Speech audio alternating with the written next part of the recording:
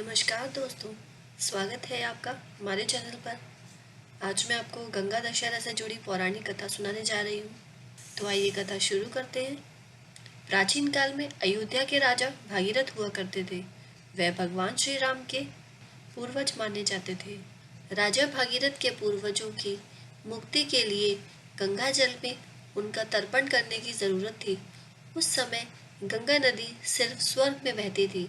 भागीरथ के दादा और पिता ने गंगा नदी को धरती पर लाने के लिए कई सालों तक तपस्या की, लेकिन उन्हें सफलता नहीं मिली।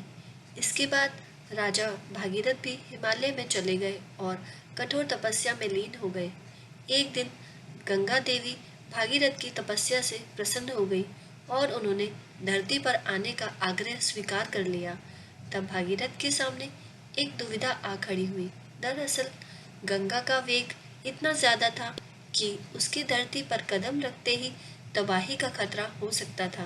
सिर्फ महादेव यानी भगवान शिव में गंगा के वेग को नियंत्रित करने की शक्ति थी। भागीरथ फिर तपस्या में जुट गए और भगवान शिव का ध्यान किया।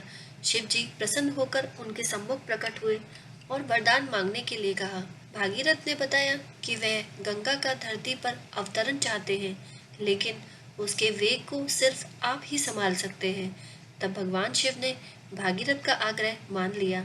इसके बाद ब्रह्मा जी ने अपने कमंडल से गंगा की धारा छोड़ी और भगवान शिव ने उसे अपनी जटाओं में समेट लिया। जिस दिन गंगा ने शिव जी की जटाओं में प्रवेश किया, वो वैशाख माह के शुक्ल पक्ष की सप्तमी तिथि थी। इसे गंगा सप्तमी के रूप में भी मनाया जाता है।